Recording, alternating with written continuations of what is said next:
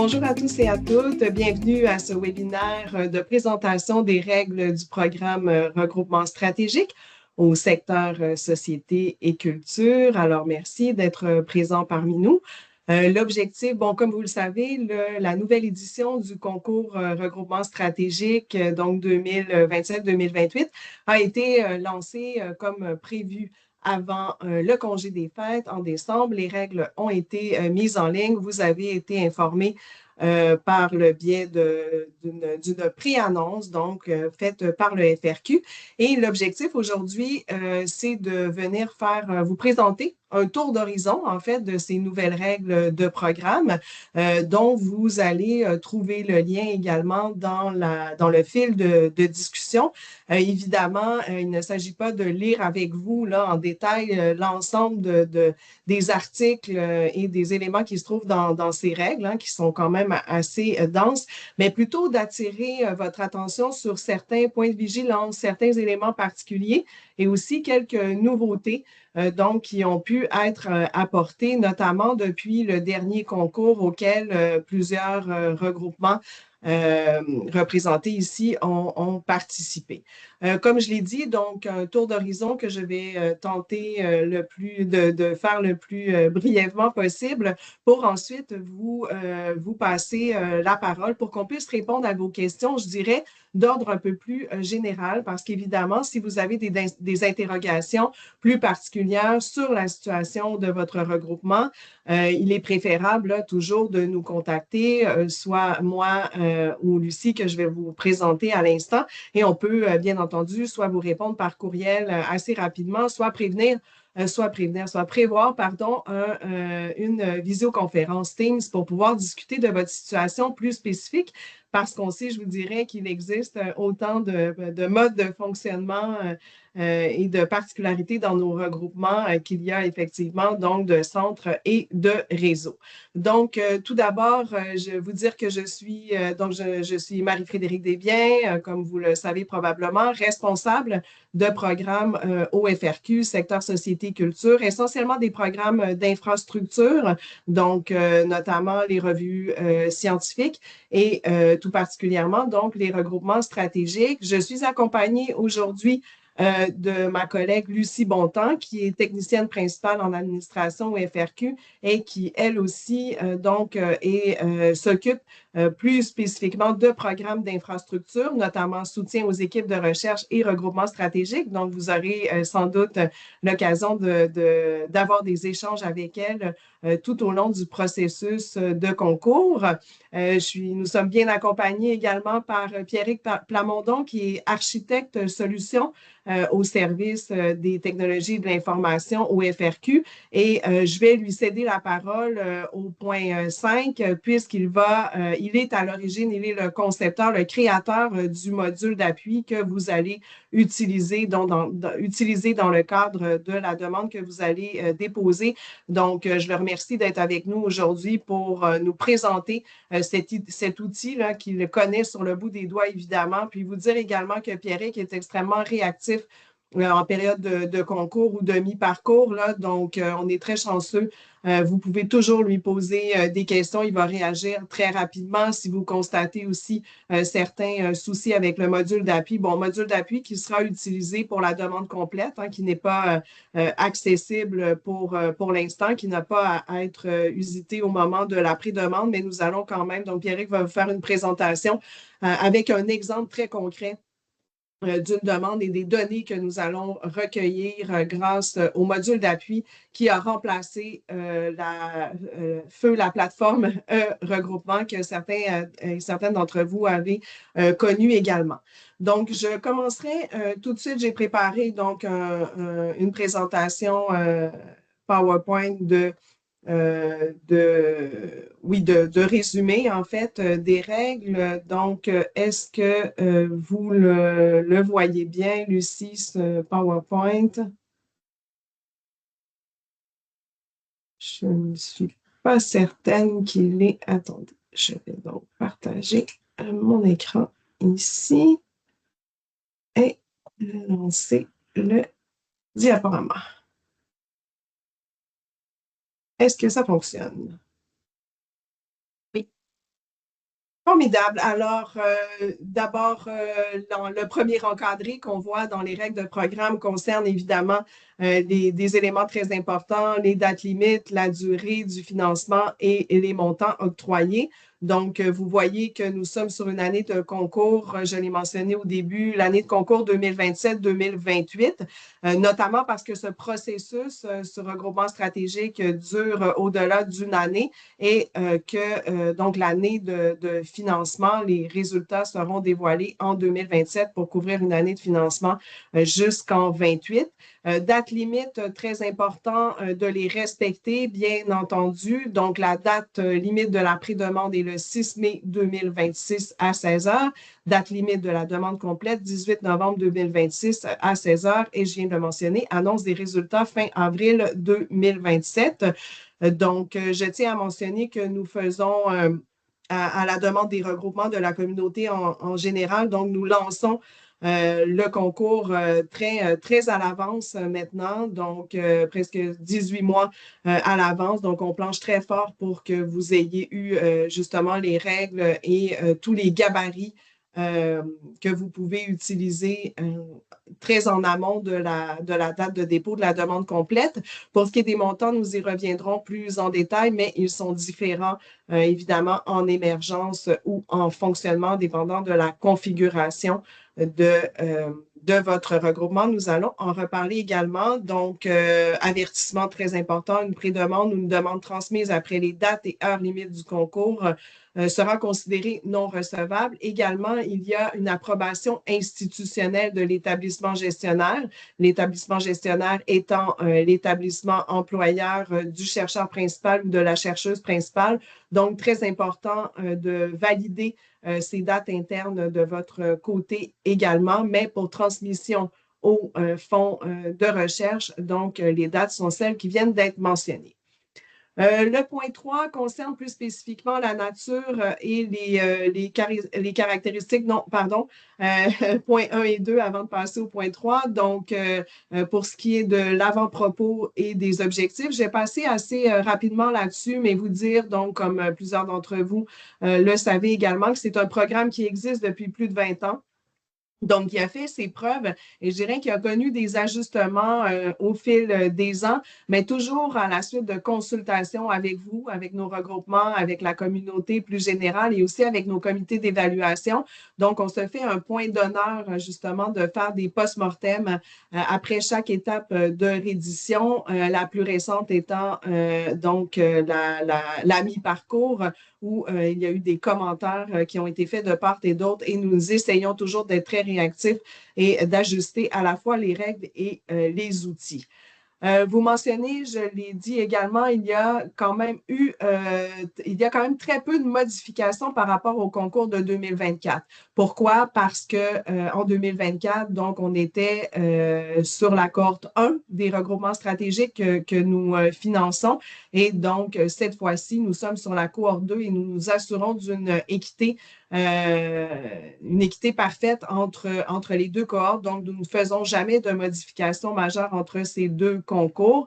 Bien entendu, il y a certaines mises à jour qui ont dû être faites en lien avec de nouvelles réalités au FRQ, notamment l'implantation du CV descriptif. Donc, nous pourrons en reparler plus brièvement un peu plus loin également, mais je pense que vous savez donc que le CV commun canadien, la plateforme du CV commun canadien, le lien a été rompu le 19 décembre dernier et le fonds a réfléchi depuis longtemps, depuis plusieurs années, à ce qui allait remplacer ce CV commun canadien. Encore une fois, plusieurs consultations avec la communauté et bien entendu pour s'arrimer avec toutes les nouvelles tendances en recherche comme Coara, par exemple. Donc, on est sur maintenant un CV descriptif. Donc, évidemment, les règles ont été ajustées en fonction de ça. Implantation également de nouveaux outils depuis le concours de 2019, donc le module d'appui, dont Pierrick va venir vous parler plus en détail un peu plus tard, et le bilan des réalisations, notamment, qui sont des outils qui ont été quand même avec lesquels vous avez pu vous familiariser probablement au moment de l'étape de mi-parcours. Donc, on est sur les mêmes grands objectifs, hein. L'objectif ultime étant de renforcer des créneaux, de l'excellence de créneaux en recherche dans l'écosystème québécois. Je prendrai la peine d'en nommer trois ici simplement parce qu'ils sont plus peut-être ils sont importants à garder en tête au moment de la rédaction de la demande, mais vous pourrez vous référer aux règles directement pour les autres objectifs. Donc, on mentionne que le programme a pour but de faciliter la consolidation de grands ensembles de recherche interdisciplinaires, interinstitutionnels et intergénérationnels. Donc, j'insiste sur ces dimensions qui sont en fait les caractéristiques clés d'un regroupement stratégique et il est au sens où le FRQ l'entend. Donc, il est important justement de garder en tête ces caractéristiques clés au moment de rédiger la demande, donc interdisciplinaire.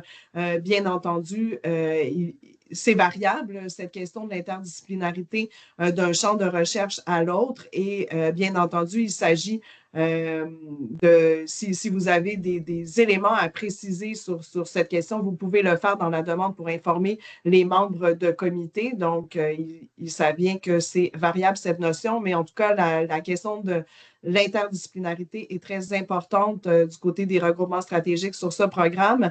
Interinstitutionnel, je l'ai mentionné également, et intergénérationnel, donc important de garder ces caractéristiques clés en tête. On parle également donc de permettre d'établir des chercheurs, chercheuses du Québec comme chefs de file dans leur domaine en favorisant la participation à des programmes de recherche nationaux et internationaux et l'intégration au sein de grands réseaux scientifiques. Donc, c'est un des objectifs importants du programme également. Et également contribuer à l'établissement de milieux stimulants et de qualité afin d'accueillir les relèves étudiantes, mais aussi professorales et de contribuer à la formation de personnel hautement qualifié. Donc, je tiens à mentionner également que le personnel professionnel est une préoccupation pour le Fonds de recherche du Québec et il y a une mention à cet effet dont je vais vous parler un peu plus loin.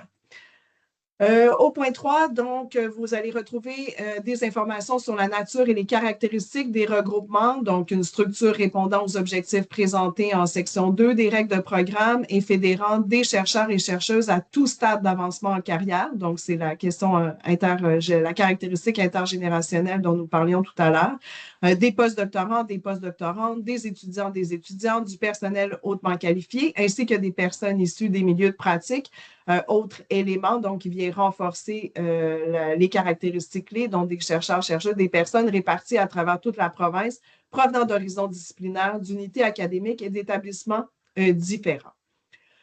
Évidemment, les membres de comité sont préoccupés par la composition des co-chercheurs et des co-chercheuses du regroupement. Ils s'attendent donc à ce que celle-ci témoigne d'une masse critique nécessaire à l'atteinte des objectifs du regroupement, donc en lien avec la programmation scientifique ou l'initiative structurante. Seulement, le fonds n'impose pas de minimum ni de maximum, mais je vous dirais quand même qu'il y a un certain équilibre à trouver. Donc, on doit avoir un certain nombre de co-chercheurs pour former un regroupement au-delà d'une équipe de recherche, par exemple, et pour s'assurer de pouvoir constituer des axes ou des thématiques là, qui vont justement permettre à plusieurs co-chercheurs de collaborer, d'avoir des initiatives conjointes. Je le disais, pas de maximum, mais évidemment, il faut garder en tête que la participation des co-chercheurs et co-chercheuses doit être effective et évidente. Là. Donc, il ne s'agit pas justement d'ajouter des gens à tout prix et d'atteindre un nombre trop élevé qui fait en sorte qu'on pourrait se questionner sur l'intégration réelle et le travail réel des co-chercheurs, co-chercheuses, le travail conjoint réel des co-chercheurs, co-chercheuses qui font partie de la composition. Donc, voilà, c'est ce que je voulais mentionner. Favoriser évidemment l'excellence en recherche, c'est un objectif majeur d'un regroupement stratégique en créant, le regroupement peut le faire en devenant un lieu d'échange, d'idées, de partage de connaissances et de résultats de la recherche, en développant des initiatives conjointes et communes, en intégrant des expertises diversifiées et complémentaires, en mettant en place des stratégies d'insertion vers la relève professorale et étudiante, en assurant aussi la diffusion, la valorisation, le transfert des connaissances, des résultats. Tout ça lié aux critères d'évaluation du programme dont nous allons parler un peu plus loin également. Le caractère distinctif d'un regroupement stratégique est essentiel également. Donc, il faut démontrer, confirmer dans la demande que le regroupement occupe un créneau vraiment particulier, puisque le fonds est très attentif, les membres de comité sont très attentifs à ce qu'il n'y ait pas de redoublement de financement, ce qui ne veut pas dire, bien entendu, que certains regroupements dans certains champs d'études ou dans certaines spécialisations, il peut y avoir donc plus d'un regroupement stratégique dans certains champs d'études, mais il n'empêche que le regroupement doit avoir vraiment démontré sa spécificité, son caractère distinctif. Être un regroupement stratégique, c'est une sorte d'appellation contrôlée, si on veut.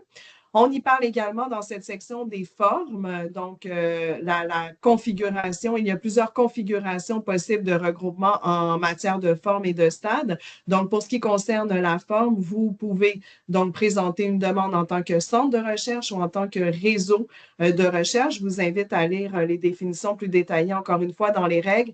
Mais lorsque nous sommes du côté d'un centre, disons qu'on est davantage justement, on regroupe davantage des chercheurs universitaires, alors que quand on est du côté dans un centre, on est avec une programmation scientifique, des axes de recherche, alors que quand on choisit d'être un réseau, on se situe plutôt à l'interface entre le monde académique et les milieux de pratique. Donc, ça vient la plupart du temps avec des chercheurs, co-chercheuses de milieux de pratique de statut 4 et on répond par une initiative structurante à certains besoins constatés donc dans la communauté. Simplement, vous mentionnez, petit point d'attention ici, si un regroupement décide de changer de forme, donc à l'étape avant de déposer la demande, important de nous le signaler en amont afin que vous puissiez sélectionner le bon formulaire parce que oui, c'est une possibilité qui est offerte au regroupement. Donc, si jamais il y a changement de forme, nous en aviser le plus rapidement possible avant d'ouvrir un formulaire de pré-demande. Pour ce qui est des stades, il existe donc, comme les formes, il existe deux stades, donc le stade de l'émergence ou le stade du fonctionnement. Évidemment, en émergence, on va le voir plus loin, la durée et le montant du financement sont ajustés par rapport au fonctionnement.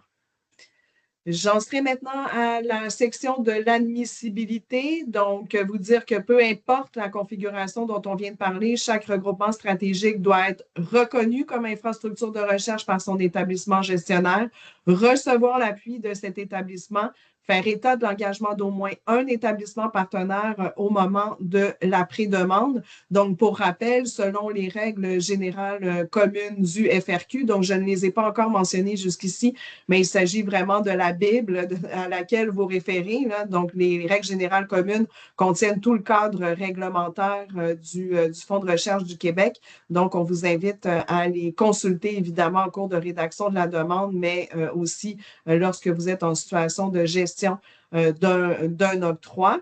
Évidemment, nous pouvons vous guider dans cette documentation en cas de besoin, mais donc pour rappel, l'établissement gestionnaire est nécessairement l'établissement employeur du chercheur principal ou de la chercheuse principale qui va soumettre la demande. Donc, parlant de chercheur principal que j'ai appelé ici CP, pour faire plus court, seules les personnes répondant au statut 1 des RGC, donc règle générale commune, chercheur universitaire ou chercheuse universitaire selon la définition I, et relevant des domaines couverts par le secteur société-culture se qualifient pour ce rôle. Je précise que les chercheurs et chercheuses retraités ne sont pas admissibles à ce rôle, bien qu'ils soient tout à fait les bienvenus à titre de co-chercheurs. Ils ne peuvent assurer donc le rôle de chercheur principal. Je voulais également mentionner donc une seule infrastructure majeure, société culture, peut être dirigée donc par un chercheur principal qui choisit de déposer, de soumettre une demande, de gérer, en gros, de diriger un regroupement stratégique. Quand on parle d'infrastructures majeures, on parle des regroupements stratégiques, bien entendu, mais aussi des centres et instituts universitaires plutôt du côté des services sociaux qui se trouvent dans les CIUS. Donc, c'est un autre programme qui existe au fond. Si jamais vous avez des interrogations à cet effet, vous pouvez bien entendu nous contacter. Pour ce qui est des co-chercheurs et co-chercheuses, donc, sont admissibles les personnes qui répondent au statut 1, 2, 3 et 4 des règles générales communes. Donc, en statut 3, on parle plutôt de chercheurs, chercheuses de collège. En statut 4, je l'ai mentionné tout à l'heure, donc ce qu'on appelle autres statuts en recherche, notamment des personnes en milieu de pratique, des artistes, des personnes dans les milieux gouvernementaux. Encore une fois, si vous avez des interrogations là, sur où situer certaines personnes de votre composition, n'hésitez pas à nous contacter. Donc, au statut 4, nous admettons le A, B, C, D, mais non pas le E qui renvoie plutôt à des chercheurs individuels. En ce qui concerne les collaborateurs, collaboratrices, donc simplement vous dire que leur production donc n'est pas prise en considération dans l'évaluation de la demande. Il y a un nombre restreint. Nous ne demandons plus la liste complète, exhaustive des collaborateurs, collaboratrices. Nous en demandons une sélection. Vous mentionnez également que c'est le seul rôle possible pour les chercheurs et chercheuses hors Québec et aussi que les statuts en formation ne sont pas admissibles à ce rôle. En ce qui concerne l'appartenance multiple, vous pouvez encore une fois vous référer aux règles, mais les co-chercheurs, co-chercheuses peuvent faire partie d'un maximum de 2 infrastructures majeures du secteur société et culture. Donc, infrastructures majeures comprenant, je viens de le mentionner, les regroupements stratégiques et les instituts et centres universitaires dans le milieu de la santé. Par contre, il n'y a pas de limite avec les autres secteurs du FRQ, soit nature et technologie et santé. Donc, comme nous souhaitons valoriser l'intersectorialité, il n'y a pas de restriction de ce côté. Je mentionne également pour ceux qui ont connu cette règle que le 20 maximum de co-chercheurs, co-chercheuses dans un regroupement en double appartenance n'est plus en vigueur.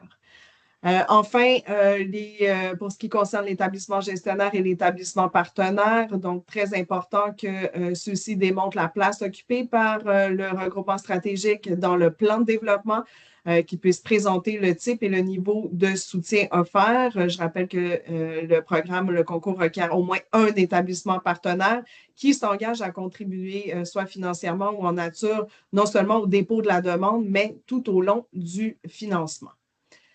Maintenant, on en arriverait à la pré-demande en tant que telle, donc à la pré-demande et à la demande un petit peu plus loin, peut-être ce qui vous intéresse davantage, donc de quoi sont constitués ces 2 dossiers, celui de pré-demande et celui de demande. Donc, d'abord, rappeler que la pré-demande est obligatoire pour tous les regroupements qui souhaitent soumettre un dossier de candidature à ce concours avec approbation institutionnelle, mais qu'il existe 2 formats distincts de pré-demande, donc un format allégé et un format détaillé.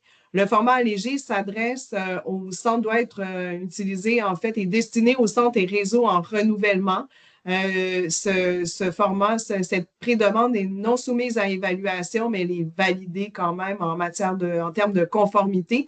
Elle vise surtout à recueillir des renseignements de nature administrative et à mener donc le regroupement vers la demande complète. Donc, je vous invite à bien lire les descriptions A, B et C qui se trouvent dans les règles pour vous assurer que vous êtes dans cette situation et choisir donc le bon format de pré-demande allégé si votre situation correspond à ce format. Pour ce qui est du format détaillé, il concerne plutôt les centres et réseaux en émergence ou en fonctionnement qui souhaitent intégrer ou réintégrer le concours. Dans ce cas-ci, on est sur une évaluation de nature éliminatoire et les descriptions qui correspondent dans les règles sont les descriptions D et E.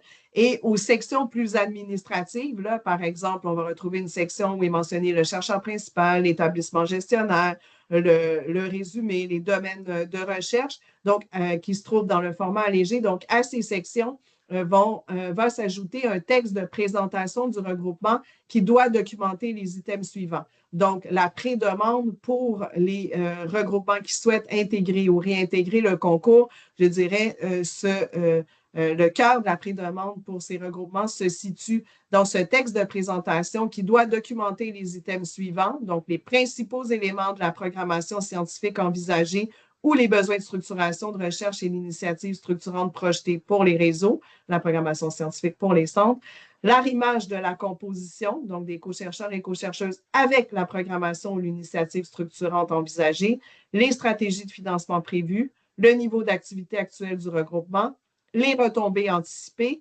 en termes d'avancement, transfert et mobilisation des connaissances, visibilité et rayonnement national et international, les effets leviers, le caractère distinctif du regroupement dans le paysage scientifique québécois, canadien et international, la valeur ajoutée de la subvention demandée.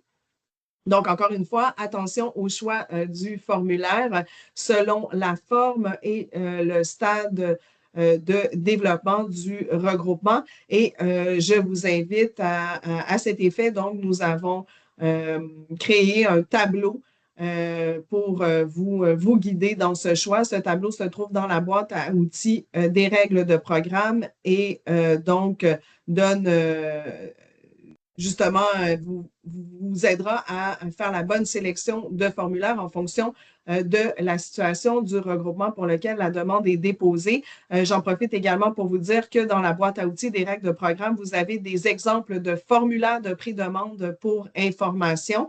Donc, on a déjà eu des questions concernant les formulaires de demande complète, donc ils ne seront accessibles qu'après l'étape, que lorsque l'étape de la pré-demande sera terminée, mais vous pouvez vous référer aux règles de programme de l'édition précédente parce qu'en fait, nous n'envisageons pas de modifications majeures dans les formulaires. Bien entendu, il va y avoir des modifications mineures. Là, vous ne pouvez pas vous fier entièrement à ce formulaire si vous remontez au concours précédent, à la boîte à outils du concours précédent, mais ça donne quand même une idée des principales sections qui vont être ajoutées au moment de la demande complète. Évidemment, le formulaire de demande complète est un peu plus substantiel.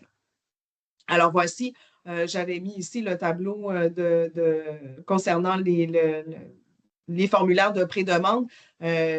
Bien plus aisé pour vous d'aller directement dans la boîte à outils des règles de programme et de retrouver ce tableau pour vous assurer de faire le bon choix. Pour ce qui est de la demande complète, elle donc se compose de 3 volets. Le formulaire FRQ-Net de demande complète dont je viens de parler, le module d'appui aux demandes de subvention des équipes, des réseaux et des regroupements dont Pierrick va vous parler plus en détail à l'instant, et le bilan des réalisations. Vous mentionnez qu'en ce qui concerne le formulaire de demande complète, donc certains éléments vont être répercutés du formulaire de pré-demande au formulaire de demande complète. Par contre, d'autres informations devront être réindiquées, réinscrites. C'est le cas notamment des co-chercheurs et co-chercheuses, car les consentements de ceux-ci vont devoir non seulement être donnés à la pré-demande, mais également redonnés au moment de la demande complète. Vont s'ajouter les sections collaborateurs. On en a un peu parlé tout à l'heure. Donc, nous ne demandons plus la liste complète, exhaustive des collaborateurs, collaboratrices du regroupement, mais plutôt une sélection des 10 plus significatives. Nous allons demander évidemment la description de la programmation scientifique ou de l'initiative structurante dans un texte de réponse justement aux critères pour un maximum de 20 pages, une bibliographie, une section ralentissement qui vous permet d'expliciter donc certaines circonstances particulières qui pourraient expliquer donc certains ralentissements, voire interruptions dans vos regroupements stratégiques, une section sur le soutien au collégial et la section budget, bien entendu. On l'a mentionné, des exemples de formulaires pour information vont être déposés dans la boîte à outils après l'étape de pré-demande, mais vous avez le lien donc vers l'édition du concours 24-25 dans laquelle vous avez des exemples de formulaires de demande complète qui pourraient, je le répète, être quelque peu modifiés, mais qui peuvent vous donner un bon aperçu de comment ça se présente habituellement des formulaires de demande complète sur regroupement stratégique. Le rapport du module d'appui qui devra être généré, donc, est joint au formulaire FRQNet. Ce module vise à recueillir des données chiffrées, à mesurer les réalisations conjointes. Hein, c'est cette notion de conjointe, de collaboration, d'initiative justement commune. C'est vraiment ce qui est à la base des données que nous recueillons et à la base, je dirais, des demandes de regroupement stratégique, là, ce que nous appelons, nous, un peu dans notre jargon familier, les co-co-co, donc les co-supervisions, les co-publications, tout ce qui est co-réalisation, la collaboration. Donc, c'est vraiment ce que les membres de comité cherchent à mesurer dans l'évaluation des regroupements stratégiques. C'est vraiment ce qui vient justifier donc la plus-value de la demande de financement d'infrastructures pour un regroupement stratégique. Nous l'avons mentionné aussi, je l'ai mentionné aussi, je crois, le module d'appui. Donc, l'ouverture du module d'appui aura lieu en juillet, après l'étape de mi-parcours, alors que donc tous les regroupements qui vont déposer une demande complète vont pouvoir participer. Mais vous avez, grâce à Pierrick, encore une fois, un gabarit Excel qui est déjà présent dans la boîte à outils que vous pouvez commencer à documenter, à utiliser, puisque les données pourront être exportées dans le module d'appui, mais je vais laisser Pierrick vous en parler ou lui poser des questions en temps et lieu là-dessus. Le bilan des réalisations vise, quant à lui, et c'est un outil maintenant qui est, je dirais, uniformisé dans les 3 secteurs du FRQ.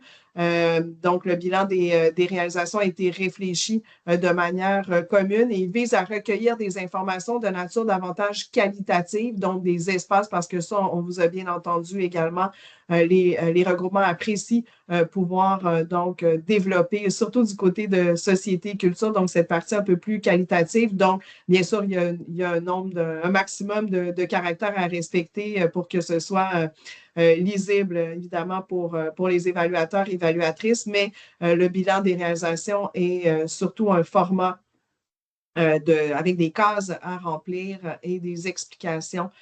Donc, narrative, idem, on y mesure les collaborations, les réalisations conjointes et le texte de réponse aux critères, donc d'un maximum de 20 pages et la bibliographie les critères, on va en reparler, donc à la prochaine, au prochain point 6, mais évidemment, ça constitue le cœur de la demande, je vous dirais, cette question-là donc programmation scientifique, de tous les critères d'évaluation qui doivent être répondus, ce que l'on appelle aussi, nous, de notre côté, et ce que vous connaissez peut-être sous le vocable, le devis scientifique, donc du regroupement.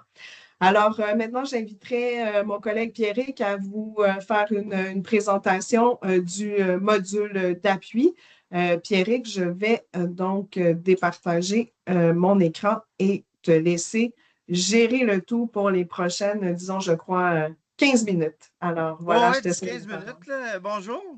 C'est ça, mon nom c'est Pierrick. Je travaille au département d'informatique. Là, je vais vous présenter premièrement comment accéder au module d'appui.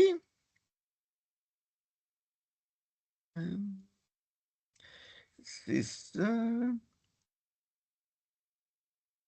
Bon, là, je pense que vous voyez mon écran. Fait que ça s'accède à partir du portail FRQNet, là, le même endroit qu'on fait la demande. Puis là, on se connecte. Puis quand on est chercheur principal ou bien qu'on a été identifié par le chercheur principal comme coordonnateur dans la demande, ben, il y a un lien ici qui apparaît, le module d'appui des regroupements. Puis on clique là-dessus, puis c'est par là qu'on y accède. Donc on clique dessus. Là, on y accède. Mais là, vous autres, vous allez accéder dans votre demande, là. Mais moi, j'en ai plein, là. Fait que là, je vais aller ici, là, pour aller dans la bonne demande que je vais vous montrer, qui ressemble à ce que vous allez avoir.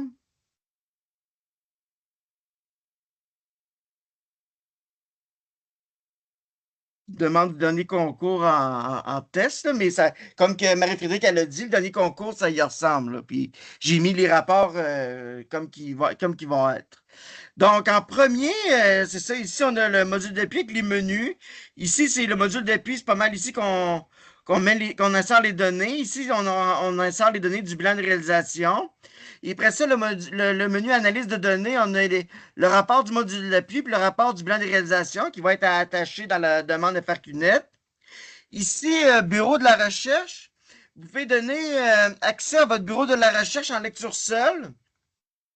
Je vais tout vous montrer les menus plus en détail, là. Puis ici, ce qui est important, c'est la documentation. Vous avez le guide, puis aussi le gabarit d'importation de données là-dedans, là. Fait que là, la première chose qu'il faut faire, il faut aller dans la section axes et puis identifier les axes du regroupement. Et puis, ben, c'est ça, c'est pas trop compliqué, c'est juste de libeller de l'axe. On peut sur enregistrer, puis ça fait un certain nombre d'axes. C'est quand même assez allégé, là, mais c'est ça. Là, c'est la première chose qu'il faut faire parce que on a besoin des axes pour les associer aux chercheurs. Après ça, on s'en va dans les co-chercheurs. Là, ici, les fiches sont déjà remplies, là, mais quand vous arrivez, vous avez ça, puis ça ici, c'est vide. Là, vous remplissez la date d'intégration, l'ancienneté, début de carrière établi de plus 5 ans, la retraite, son secteur, puis la discipline qui se rafraîchit selon le secteur. Là, après ça, vous mettez le nombre d'axes. Vous pouvez en mettre un de plus, 3. Là, mais là, il n'y en a pas 3, là. Mais en tout cas, vous mettez un chiffre là, ici, puis après ça, vous identifiez les axes. Là, après ça, une fois que vous avez rempli les données, vous pèsez sur le bouton valider. Puis là, ici, la fiche, elle devient valide. Puis là, la fiche, elle doit être valide pour que ça compte dans les rapports. Chacune des fiches. Puis là, on voit ici le, ici, le statut de la fiche. On le voit ici valide. Quand c'est valide, ça compte dans les rapports. Quand c'est en cours, ça compte pas. Fait que là, j'en ai mis 3 à valide là, pour le besoin de la présentation, là. Euh, c'est ça.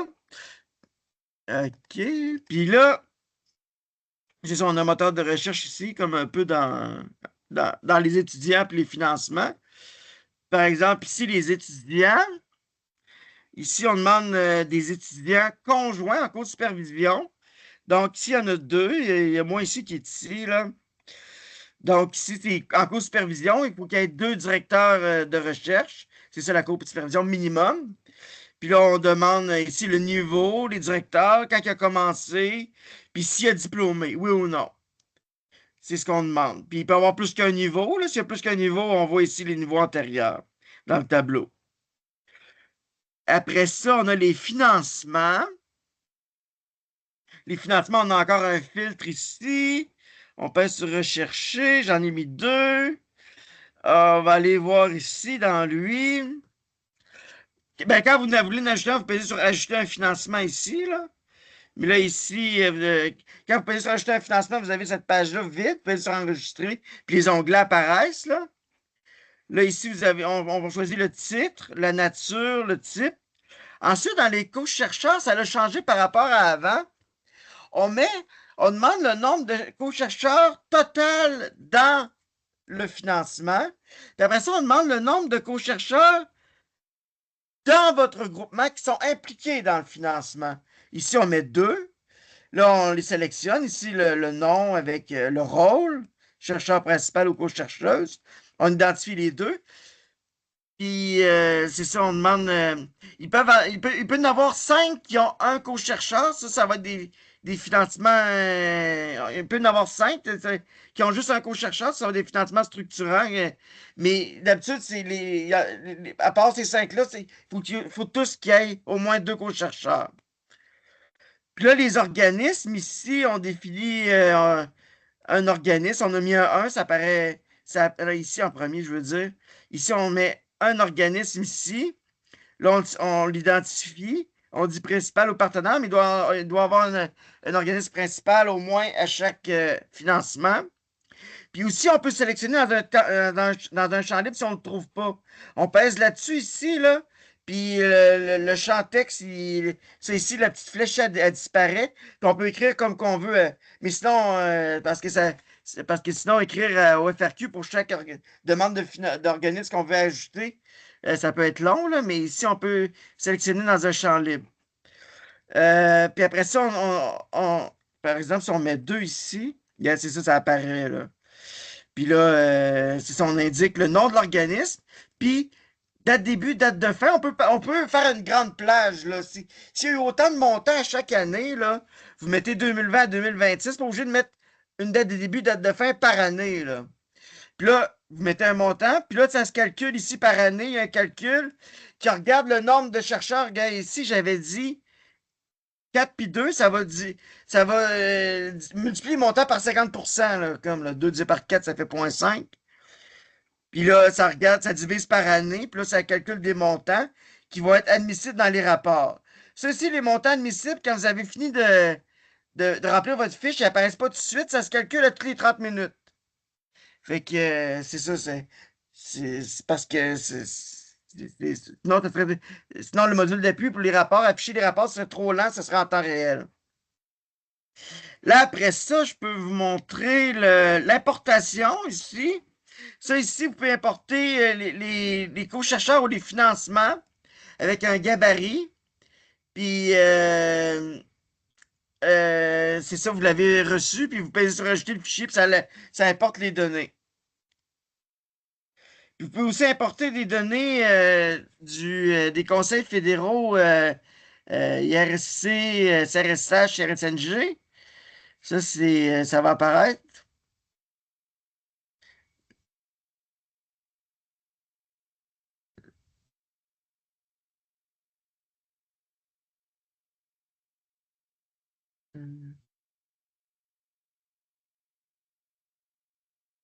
OK. Non, c'est pas ça. OK, j'avais pas su le même menu. OK, c'est lui. Puis là, vous avez un filtre ici, puis mais mettons qu'on fait pas de filtre.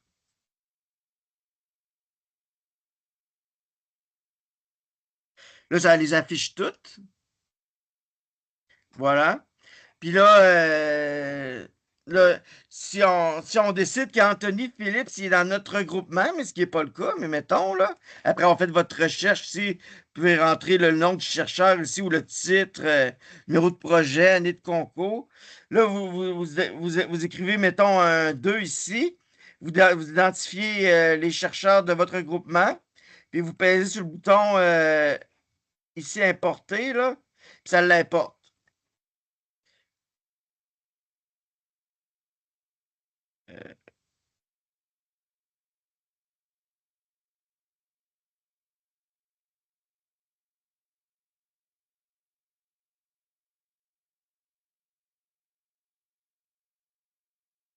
Bon, il est importé ici avec succès, puis il devient un financement avec une fiche en cours. Il faut comme valider les données, puis après ça, valider la fiche. Là, c'est ça comme les fiches d'étudiants, puis le financement, puis qu'au chercheur, il faut tout le temps valider les fiches pour que ça soit inclus dans les rapports. Les rapports qui sont ici. On a ici, par exemple, les co-chercheurs par axe. Axe 1, il y en a un, nombre d'années. Axe 2, en tout cas, vous irez voir ça, les rapports, là. Je ne sais pas si je vais te les montrer, là, mais mettons lui, par secteur de recherche, là, ici, en tout cas, ils sont tous dans le même secteur, puis on peut voir aussi par ancienneté en même temps. Mais en tout cas, on a des rapports ici, puis là, les rapports d'étudiants, on a un par niveau d'études. On a ici, financement, on a une liste, puis on a aussi une synthèse qui a juste des montants. Puis ce que vous faites, ici, vous pouvez suivre les fiches, là, savoir s'il y en a qui sont en cours ou bien valides. Puis vous imprimez le rapport en PDF, vous pèsez là-dessus, puis là, ça fait un lien, puis ça, c'est le PDF que vous allez insérer dans la demande, qui est dans FRQNet. Maintenant, le bilan, c'est ça, c'est ici, bilan de réalisation, remplir le bilan. Vous avez les différentes sections ici. Par exemple, relève étudiante et professorale. Là, vous remplissez tout ça, là. Je pense que vous avez eu dans le, dans le, dans le, dans le guide, vous avez eu des screenshots un peu de ce qu'il contient, là, mais c'est ça, vous pouvez vous préparer à savoir quoi remplir. Puis là, c'est ça le bilan. Puis là, après ça, quand on a tout rempli, il faut passer sur le bouton valider le bilan, puis il faut qu'il devienne valide. Parce que ici, le bilan des réalisations, si on va ici, là, il est au statut en cours, puis il doit être valide lors de la soumission parce qu'on peut l'imprimer, mais quand on l'imprime de même, il y a comme un bouton, on peut l'imprimer ici, là. Ici, c'est ça. Lui, c'est ça, il est en cours, il y a ça ici qui apparaît, puis ça, il ne faut pas vous le soumettez comme ça, là. Il faut qu'il soit valide, puis là, quand il est valide, ben, tout ça, ça apparaît plus, là. C'est ça. Là, sinon, tout est pareil. Qu'il soit en cours ou valide, vous allez avoir les mêmes informations. C'est juste que quand il est valide, ça disparaît, puis bien sûr, le rapport est valide, là. Bon, c'est ça. Puis, ici, bureau de la recherche, vous sélectionnez un membre du bureau de la recherche. Dans cette barre de sélection-là, il paraît qu'ils sont tous là. Puis là, vous payez sur sélectionner. Ça y envoie un courriel. Puis dans le courriel, la personne elle a un lien, puis elle a accédé au module elle a accès au module d'appui à votre demande en lecture seule. C'est ça, c'est vous qui sélectionnez là. Profil ici, documentation. Comme je disais, vous avez le guide du module d'appui, puis le gabarit de collecte de données. Fait que c'est ça, ça mettrait un terme à ma présentation, là. Merci beaucoup, Pierrick. Écoute, on a des questions peut-être en lien. Je te les pose maintenant avant la période de questions là, et avant de reprendre le fil de la présentation. Madame Doucet demande un chercheur peut-il être associé à plusieurs axes à la fois? Donc, de mon côté, je répondrai qu'en ce qui concerne la demande en tant que telle, par exemple, le devis scientifique, là, la programmation scientifique, il n'y a pas de problème à ce qu'on voit, au contraire, même à ce qu'on voit apparaître des co-chercheurs dans différents axes. Donc, ça, c'est le premier volet de la réponse. Mais Pierrick, du côté, je pense que la question concerne aussi les fiches des co-chercheurs. Est-ce qu'il est possible d'être dans plusieurs axes? Donc, je te laisse répondre là-dessus. On a perdu ta voix. Tantôt, ce que j'ai montré, le chercheur il est associé à deux axes. Puis on peut en mettre Excellent. n'importe comment, là. Exact, exact, c'est parfait. Il y avait ensuite une autre question. Peut-on faire des changements dans une section qu'on a validée? Ben oui, si on fait des changements, après ça, on pèse sur enregistrer, la fiche devient en cours, puis après ça, il faut repaiser le bouton valider. Excellent. Monsieur Vermès également demande le bilan reprend les activités depuis la mi-parcours ou depuis la pension de la dernière demande. Écoutez, ça, je vais y venir au moment des critères d'évaluation, mais le bilan des réalisations a pour période de référence justement depuis quelques mois avant la mi-parcours parce qu'on commence en janvier pour s'assurer de bien répertorier toutes les activités. Mais vous allez voir que le bilan des réalisations va s'arrimer avec le critère bilan, donc le texte de 20 pages qui répond aux critères d'évaluation. Et donc, dans le texte de 20 pages, il va être possible de remonter jusqu'à la dernière subvention, là. Donc, ici, il va falloir justement croiser les différents éléments, mais j'en reparle un tout petit peu plus loin. Autre question, si on passe d'une équipe, soutien aux équipes à un réseau en émergence, doit-on remplir le bilan des réalisations? Non, il n'y a pas de bilan des réalisations en émergence. Donc, j'y viens ça aussi aux critères d'évaluation. Je pense que ça fait le tour des questions. Je reprendrai le fil de ma présentation et ensuite, on va ouvrir. Oui. Il y avait juste une question sur peut-on faire des changements dans une section qu'on a validée? Je pense que c'est pour Pierrick aussi. Ouais, Oui, ben, on l'a je répondu pense. tantôt, là. Oui, c'est ça. Je pense que Pierrick a répondu. C'est bien le cas. Merci. Ben, merci beaucoup, Pierrick. Ah, peut-être j'en profite parce qu'on a parlé, tu sais, du fichier Excel là, qui a été développé encore une fois pour aider nos regroupements dès maintenant à recueillir justement les données. Donc, j'ai peut-être juste partagé, Pierrick, tu sais, le Excel qui se trouve dans la boîte à outils des règles du programme. Je ne sais pas si tu as quelques mots à dire là-dessus, mais on va à tout le moins le présenter. Donc, je partage ici ce document ce gabarit se trouve dans la boîte à outils des règles de programme. Et donc, c'est déjà possible d'entrer des informations. Vous voyez les onglets au bas sur vos co-chercheurs, co-chercheuses, sur les financements obtenus, sur les co-chercheurs et sur les financements obtenus. Et tout ça pourra être exporté en temps et lieu dans le module d'appui. C'est bien ça, Pierrick. Mais je ne veux pas rentrer trop, je veux pas rentrer trop en détail, mais si jamais vous avez des questions là-dessus, bien entendu, vous pouvez contacter Pierrick, me mettre dans la boucle également et on peut vous accompagner là-dedans, mais c'est assez clair là, pour chaque colonne, les informations que vous devez entrer. Donc, je ne sais pas si tu voulais ajouter quelque chose là-dessus, Pierrick, ou si… Ah non, c'est ça. Si vous avez des questions, écrivez-nous, là. Exact, c'est parfait. Donc, je vais reprendre, comme je le disais, le fil de la présentation. Je Ah, il y a une vais question, là? revenir. Oui, ben, je préfère là, qu'on attende là, parce que je voudrais OK. finir la présentation. Merci beaucoup pour vos questions, mais je voudrais qu'on entre aussi dans le temps imparti. Donc, ne vous inquiétez pas, on va répondre, mais je vais donc continuer, comme je disais, la présentation. Alors, je vais revenir un tout petit peu en arrière. Je suis passée vite, en fait, sur les autres éléments qui composent la pré-demande et la demande. Donc, pour ce qui est de la pré-demande, non seulement le formulaire FRQNet dont on a parlé, mais il y aura aussi à joindre un formulaire d'engagement de l'établissement gestionnaire version pré-demande. Celui-ci se trouve également dans la boîte à outils des règles de programme. Il est à remplir par l'université employeur du ou de l'ACP et à joindre dans la section Autres documents du formulaire FRQNet. Important que ce document précise la place du regroupement dans le plan de développement de la recherche de l'établissement, le type et le niveau de soutien offert tout au long du financement et la mention d'un ou plusieurs établissements partenaires, un à tout le moins. Il y avait une question justement à cet effet. Comment donc le fond, on s'assure que le regroupement qui dépose est reconnu par l'établissement gestionnaire c'est une information qui devrait se retrouver justement dans ce formulaire d'engagement de l'établissement gestionnaire version pré-demande. Il y a également le CV descriptif du chercheur principal ou de la chercheuse principale qui est demandé.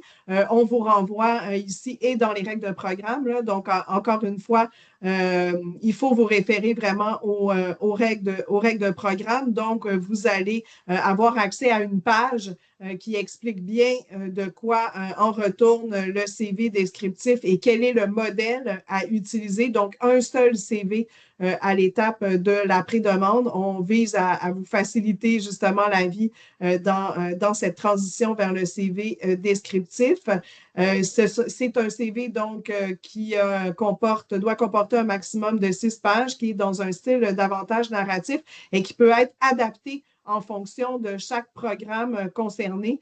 Donc, très important d'arrimer tout ça avec les critères d'évaluation du programme dont je vais parler tout à l'heure, notamment celui qui concerne le chercheur principal, la gouvernance, la coordination, le fonctionnement du regroupement et les consentements des co-chercheurs et co-chercheuses qui vont être importants. Là. Donc, vous ne pourrez pas transmettre ni la pré-demande ni la demande si tous les co-chercheurs, co-chercheuses que vous avez entrés dans la composition n'ont pas donné leur consentement.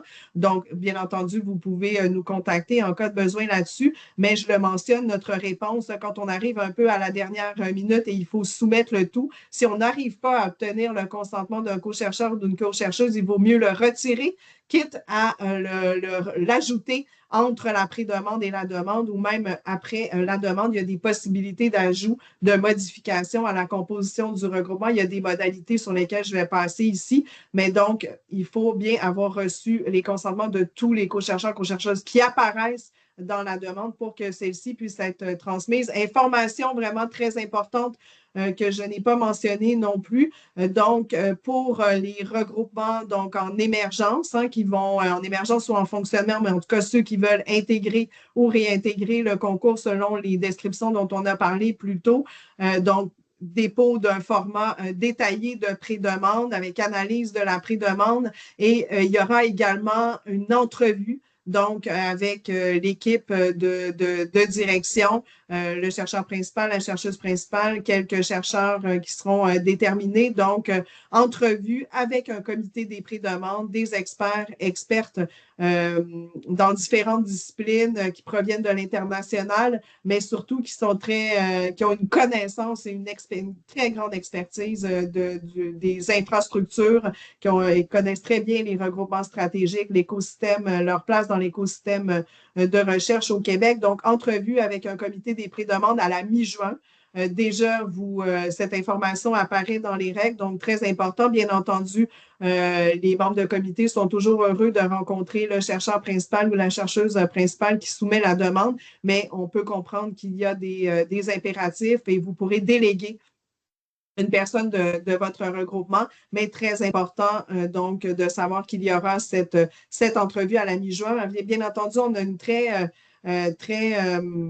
petite marge de manœuvre là-dessus, puisqu'on on laisse au regroupement la possibilité de déposer la pré-demande jusqu'en mai. Vous comprendrez et qu'ensuite, on va tomber, bien entendu, sur la période de vacances estivales. Là. Donc, nous, on travaille très fort et très vite pour pouvoir recevoir les regroupements et qui vont rapidement justement avoir une invitation ou non à intégrer le concours et donc à déposer une demande en novembre. Donc voilà pourquoi pourquoi des entrevues à la mi-juin. Donc, nous n'avons pas de marge de manœuvre pour déplacer le comité des pré-demandes, je vous le mentionne dès maintenant.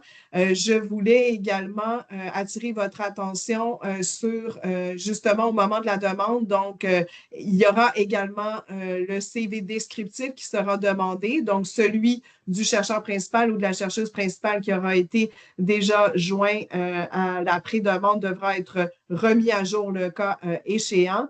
On va demander également, donc on ne demande plus depuis le concours précédent l'ensemble des CV des co-chercheurs et des co-chercheuses. Ça, c'est quelque chose qui a été discuté beaucoup avec la communauté et avec nos comités d'évaluation. Donc, c'est extrêmement, extrêmement lourd. Là. Vous imaginez quand un regroupement a, par exemple, 70, 75 co-chercheurs et que les évaluateurs doivent donc regarder presque l'ensemble des demandes soumises, même si on leur assigne plus spécifiquement selon leur expertise des demandes. Donc, c'est extrêmement, extrêmement lourd et pour les regroupements et pour les comités d'évaluation. Donc, on est sur une sélection de curriculum vitae, de CV descriptif, donc celui du chercheur principal ou de la chercheuse principale, ceux des responsables d'axe quand on est dans un centre ou de thématique, quand on est dans un réseau, et un maximum de 10 donc, les CV d'un maximum de 10 co-chercheurs, co-chercheuses sélectionnés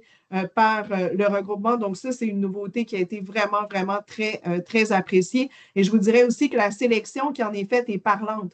Par exemple, si on est sur un réseau et qu'aucun chercheur des milieux de pratique n'est sélectionné pour transmettre son CV. Ben, donc, tout ça pour dire que la sélection que vous faites doit être discutée en équipe et doit être représentative de la programmation scientifique, de l'initiative structurante, de la configuration, voilà.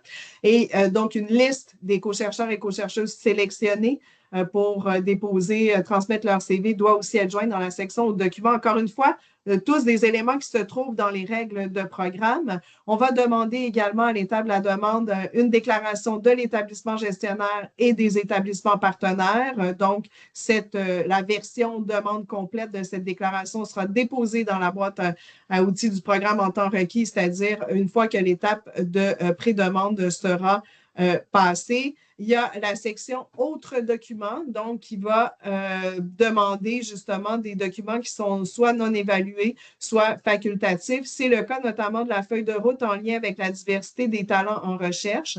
Donc, cette feuille de route qui est explicitée dans les règles n'est pas évaluée.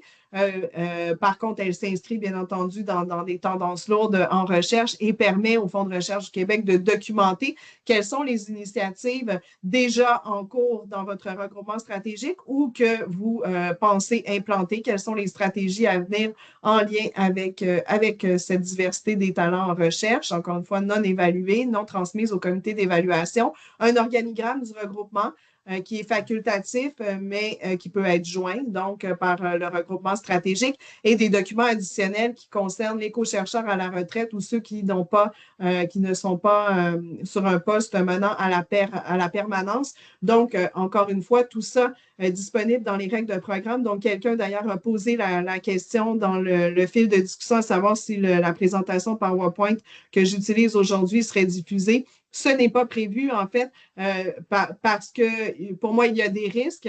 Donc, que les regroupements ou certaines personnes se réfèrent spécifiquement à cette présentation PowerPoint et qui donne un aperçu, là, comme j'ai dit au début, qui vient porter votre attention sur certaines caractéristiques, sur certains éléments importants, sur certaines nouveautés, sur certains points de vigilance. Mais bien entendu, là, dans le temps qui nous est imparti, il n'est pas possible d'entrer dans tous les éléments de détail qui se trouvent dans les règles de programme. Donc, je préfère que cette présentation, qui est un soutien aujourd'hui pour qu'on puisse entrer dans le temps et qu'on puisse justement surtout vous céder la parole si vous avez des questions. Donc, vraiment, vous référez aux règles de programme, aux règles générales communes. Ce sont les documents qui sont... qui donne justement toutes les consignes, et je ne voudrais surtout pas qu'à cause de la présentation PowerPoint, des éléments soient oubliés et que ce soit préjudiciable, donc soit oublié dans la demande et que ce soit préjudiciable pour regroupement. Donc voilà, je voulais répondre à cette question du même souffle. Maintenant, j'en serai aux critères d'évaluation. Même chose, chacun des critères sont vraiment très détaillés dans les règles de programme. On vous invite à les lire. Là, je l'ai mentionné tout à l'heure, certainement le cœur de la demande. Donc, on est sur des critères d'infrastructure qui sont tous pas mal équivalents, mais qui peuvent varier en fonction du stade surtout. Et on a parlé tout à l'heure d'émergence et de fonctionnement. Donc, il y a des différences dans les critères, bien entendu, et quelque peu en fonction de la forme, qu'on soit un réseau ou un centre. Donc, il faut bien choisir la section qui correspond à votre regroupement. Même logique tout à l'heure que dans le choix du formulaire. Des éléments qui sont à garder en tête, qui ne sont peut-être pas formulés clairement dans chacun des critères d'évaluation, mais qui sont peut-être plus généraux. Donc, c'est la valeur ajoutée de la subvention qui est demandée parce qu'elle va faire l'objet d'une attention constante du comité. Donc, pourquoi vous demandez une subvention de regroupement stratégique? Donc, gardez toujours en tête cet élément. Les caractéristiques clés et les objectifs du programme dont on a discuté au tout début, les croisements entre les différents éléments de la demande et l'arrimage, donc, entre le rétrospectif et le prospectif.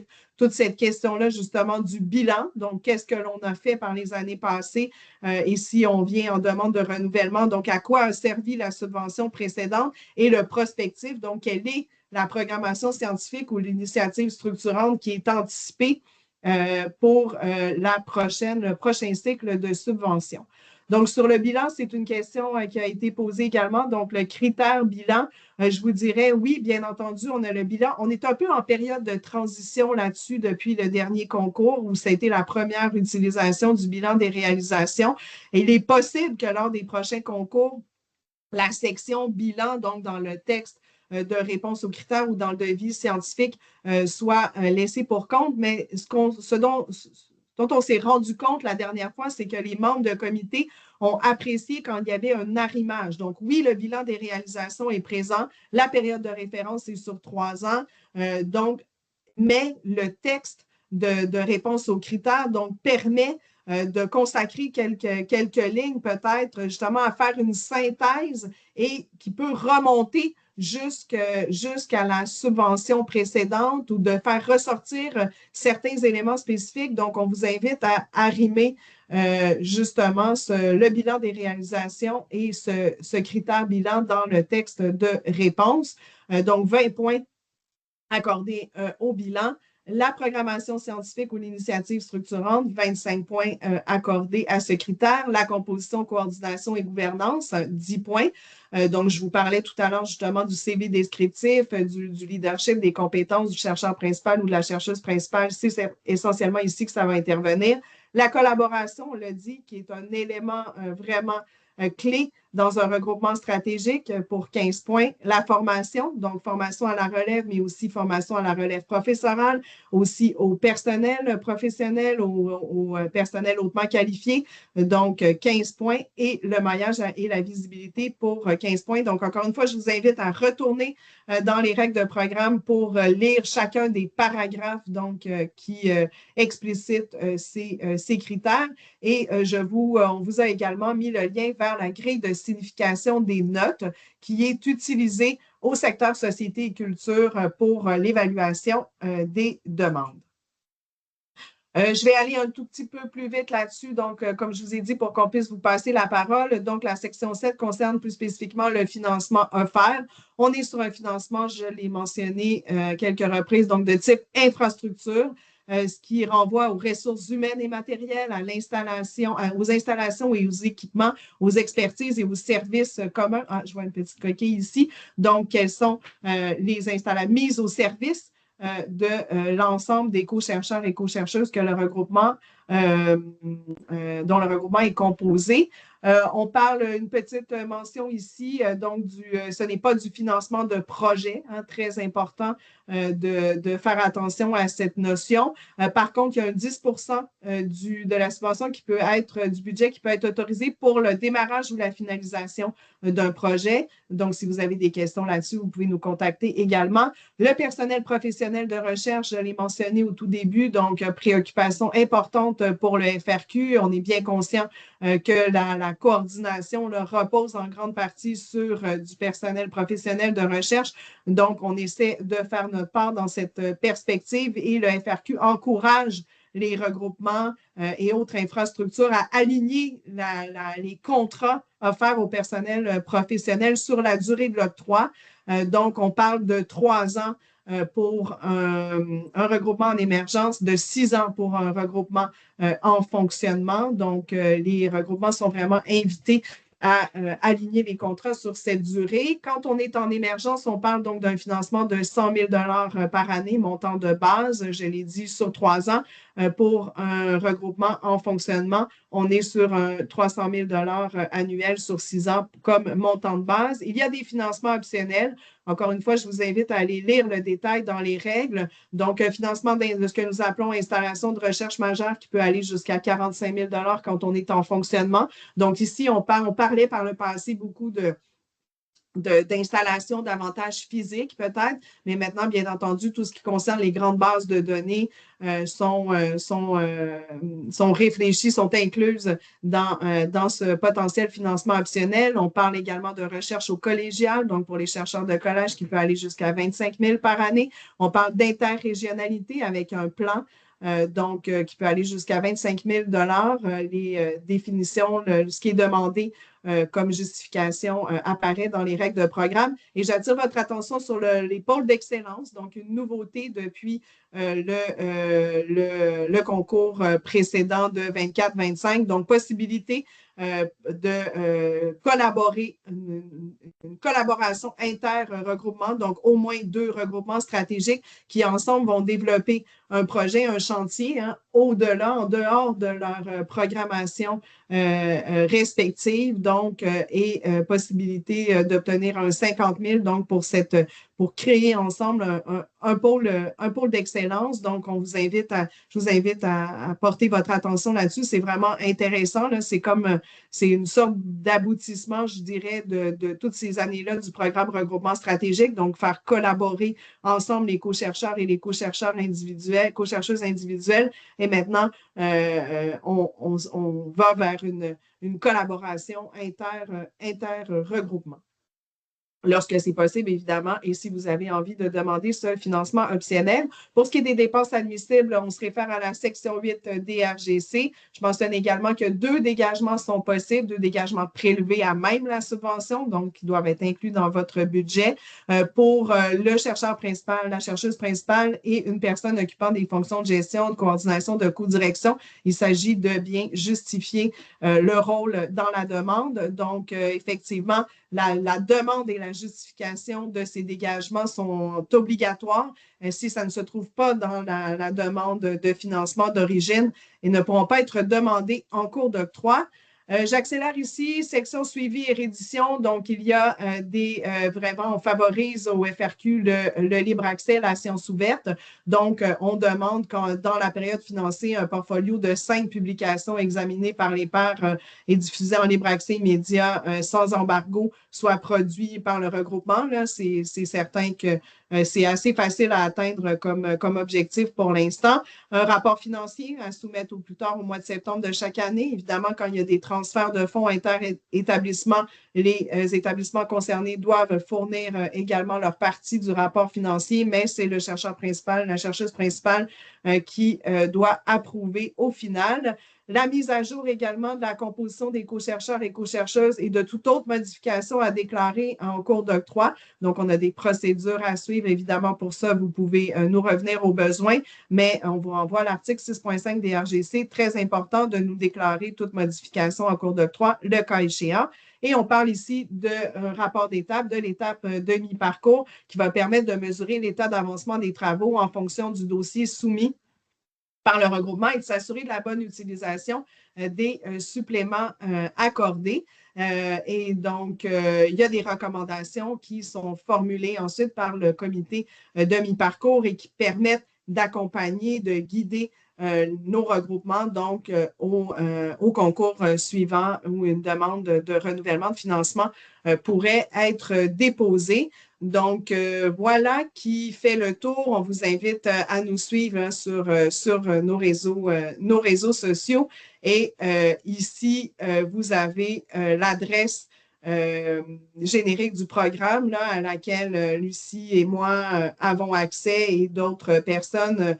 Donc, n'hésitez jamais à venir vers nous pour poser vos questions ou demander une rencontre en visioconférence. Donc, ça ferait le tour pour moi et je pense que nous pouvons passer à la période de questions. Vous pouvez également, je vais regarder dans le fil de discussion si d'autres questions sont apparues en cours de route. Donc, je vois M. Vermès qui parlait du bilan. Donc, je pense que j'ai répondu à votre question. Donc, oui, bilan des réalisations, mais un arrimage avec le critère bilan dans les règles de programme. D'un côté, sur une période de référence de 3 ans. De l'autre, on permet au regroupement de mettre en valeur des choses qui avaient été mises en place dans les 6 années de l'octroi précédent.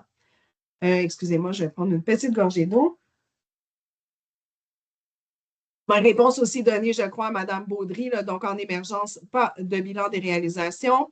Monsieur Asni qui demande pour passer d'un centre en émergence à un centre en fonctionnement, je suppose que la pré-demande détaillée n'est pas exigée. Si vous passez, oui, si vous devenez un centre en fonctionnement. Non, effectivement, ce sera la demande de format allégé. Il n'y a pas lieu de refaire la présentation du regroupement. Il n'y aura pas non plus d'entrevue. Donc, vous avez tout à fait raison. Là, on est sur un formulaire centre en fonctionnement. Si vous avez besoin qu'on vous guide dans la sélection du formulaire, vous pouvez nous faire signe, M. Asni, mais sinon, je vous renvoie aussi au tableau que j'ai présenté plus tôt, qui se trouve dans la boîte à outils des règles de programme. Y aura-t-il ultérieurement une formation, un document en tout disponible pour nous guider dans la navigation? En fait, Pierrick l'a mentionné, il y a un guide. Il y a un guide donc qui existe déjà. Il n'y a pas de formation supplémentaire qui est prévue. Comme on l'a mentionné aussi, si vous avez des questions, on est toujours disponible pour y répondre. Pierrick est vraiment très réactif. Donc, écoutez, s'il y a une demande généralisée là, de la part des regroupements pour qu'on vienne vous expliquer plus en détail que ce que Pierrick vient de mentionner, nous pourrons possiblement le faire au moment de l'ouverture de la demande complète. Mais pour l'instant, donc, nous n'avons pas vu de besoin spécifique de ce côté-là, mais ça pourrait toujours se faire, Madame Justeau.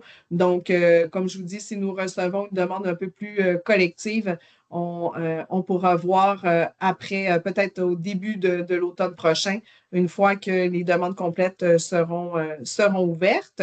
Même question pour ce fichier Excel. Est-ce pertinent pour réseau en émergence? Donc, le module d'appui, effectivement, il n'y a pas de bilan, si on l'a mentionné, pas de bilan des réalisations, mais je crois qu'en émergence, il y a quand même certaines données qui sont demandées, n'est-ce pas, Pierrick? Oui, donc vous devez, Oui, il est exact, le gabarit d'import de données, là, il est à remplir aussi, là. Ben, exact, on peut exact. l'utiliser aussi, là. On peut l'utiliser. Encore une fois, ce n'est pas une obligation. Ce Excel a été développé pour qu'il puisse vous être fourni bien en amont si vous voulez commencer à entrer des données, mais vous pouvez tout à fait avoir votre outil, développer votre outil de votre côté. Vous pouvez aussi attendre que le module soit ouvert pour simplement entrer vos données. Mais oui, pas de bilan des réalisations, parce que vous avez vu, donc, le module d'appui sert d'entrée aussi au bilan des réalisations. Donc, l'onglet bilan des réalisations n'est pas à remplir en émergence, mais l'onglet module d'appui, oui, il y a quand même des informations qui sont demandées. S'il vous plaît, donnez un exemple du partage du financement pour les subventions en plusieurs chercheurs. On va y revenir. Madame Côté, Pierrick va pouvoir faire ça dans un instant. Si l'on est présentement un RS en émergence et présentons une demande comme un RS en fonctionnement, sommes-nous considérés comme un RS en émergence? Je demande pour l'usage du bon formulaire lors de la pré-demande et aussi pour le bilan. Non, en fait, effectivement, la situation actuelle, c'est que vous déposez comme regroupement stratégique en fonctionnement. Il n'y a qu'un cycle d'émergence, donc vous devez utiliser le formulaire en fonctionnement. C'est bien ça, hein, Lucie? On doit donc utiliser le formulaire qui correspond à ce que vous allez être appelé à déposer une demande justement en fonctionnement et non en émergence. Donc, voilà, c'est ce que j'en dirais. Si ce n'est pas clair, là, où il reste de la confusion sur ces questions-là, comme je vous dis, de formulaire sur le passage de l'émergence au fonctionnement, n'hésitez pas à nous recontacter. Mais oui, la situation, et comme je dis, il y a un cycle d'émergence. La subvention se termine en émergence, donc vous allez déposer en fonctionnement. Est-ce que je comprends bien que les pièces jointes peuvent toujours être rédigées en anglais, tandis que le formulaire de demande doit être rédigé en français? Oui, écoutez, il y a une loi, il y a des directives justement au fonds de recherche qui ont été mises à jour en fonction de la loi, mais effectivement, là, le formulaire est en français, le résumé, les sections administratives doivent être remplies en français, mais les pièces jointes peuvent, dans la très grande majorité des cas, presque tous les cas, être transmises en anglais. Par contre, il y a peut-être des petites vérifications à faire de notre côté. Donc, encore une fois, justement, les échanges en anglais se font, si vous voulez, sous certaines conditions ou certaines situations. Donc, vous pouvez nous écrire plus spécifiquement là-dessus et on pourra en discuter. Madame Aumet demande au sujet du CV descriptif qui représente un changement important et puisque l'auto-évaluation d'un CV de ce type est moins intuitive, je me demandais si le FRQ prévoit des dispositifs d'accompagnement pour soutenir les personnes dans cette transition. Vous avez dans les règles de programme le lien peut-être que Lucie, tu peux la montrer, cette page. Là, il y a déjà beaucoup d'informations. Il y a aussi un endroit où vous pouvez adresser plus spécifiquement vos questions. Il y a un modèle là, qui a été développé, un gabarit que vous pouvez utiliser.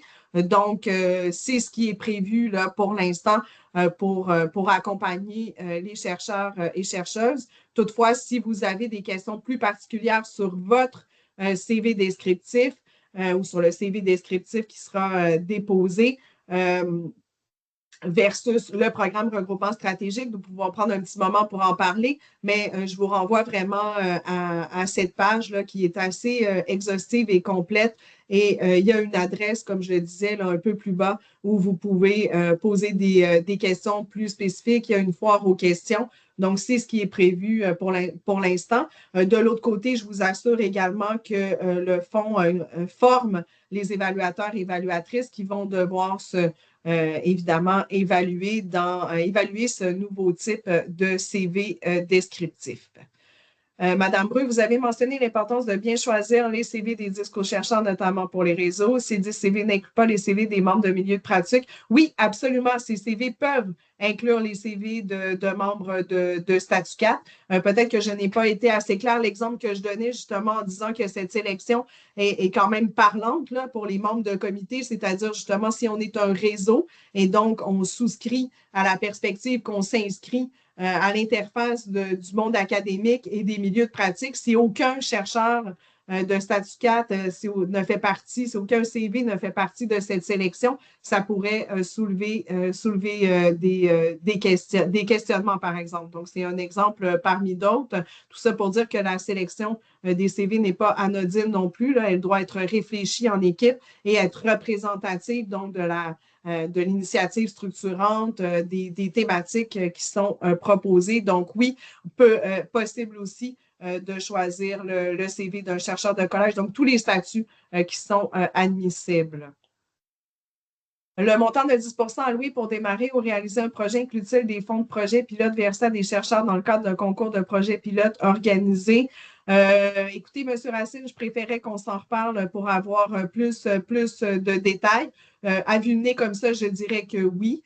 Du moment qu'on est en démarrage ou en finalisation de quelque chose, ce 10 pourrait être justifié, mais je préférais avoir plus de détails pour donner une réponse officielle. Autrement dit, oui, on parle de projet pilote, donc on est dans un mode essai, mais si ces types de projets devaient se formaliser davantage, faire partie d'un cycle du regroupement, ce serait plus difficile de justifier le 10 mais je vous invite à nous contacter au besoin.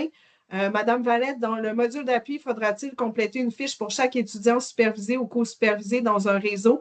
On est sur de la co-supervision ici. C'est bien ça, Pierrick? Donc oui, ce que l'on veut savoir, ce sont les étudiants qui sont les co-co-co dont je parlais tout à l'heure. Ce sont les étudiants qui sont co-supervisés, donc par deux co-chercheurs, co-chercheuses du regroupement. Donc oui, une fiche est à remplir pour chaque étudiant. C'est bien ça, Pierrick, parce qu'à la mi-parcours, on ne demande plus le détail, on demande le nombre d'étudiants co-supervisés, mais au moment de la demande, si mon souvenir est bon, une fiche est à remplir et il ne doit pas y avoir des tonnes d'étudiants co-supervisés, mais on ne demande plus, contrairement auparavant, la liste complète de tous les étudiants supervisés.